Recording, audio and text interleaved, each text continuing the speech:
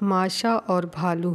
ماشا ایک چھوٹی سی خوبصورت سی بچی تھی۔ وہ اپنی سوتیلی ماں اور بہن کے ساتھ رہتی۔ اس کا ابو شہر میں کام کرتا، وہ کبھی کبھی گھر آتا۔ ماشا گھر کے سارے کام کرتی، لیکن اس کی ماں اور بہن ہر وقت اس کے ساتھ جھگڑتی رہتی۔ ان کے گاؤں کے پاس گھنا جنگل تھا جس میں ایک بھالو رہتا تھا۔ جو بھی اس جنگل میں جاتا بھالو اس کو مار دیتا۔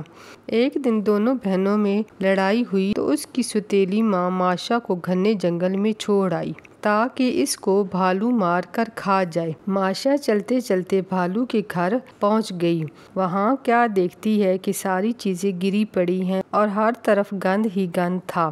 ماشا سارے گھر کی صفائی کر کے کھانا بنا کر سو جاتی ہے۔ جب بھالو گھر آیا تو کیا دیکھتا ہے کہ اس کا گھر اتنا خوبصورت اور صاف ستھرا ہے اور کھانا بھی بن رہا ہے۔ جب وہ کھانے کی طرف دیکھ رہا تھا تو اتنے میں ماشا اٹھ گئی اور بھالو سے کہتی ہے کہ تم بیٹھو اور کھانا کھاؤ، میں نے تمہارے لیے بہت پیار سے کھانا بنایا ہے۔ یہ سب دیکھ کر بھالو رونے لگا کہ آج تک کسی نے میرے ساتھ اتنا پیار نہیں کیا اور نہ ہی میرا گھر اتنا خوبصورت بنا۔ ماشا کہتی ہے کہ آج کے بعد ہم دونوں مل کر یہاں رہیں گے۔ بھالو خوش ہو گیا۔ اب ماشا اور بھالو دونوں مل کر ہنسی خوشی اس جنگل والے گھر میں رہنے لگتے ہیں۔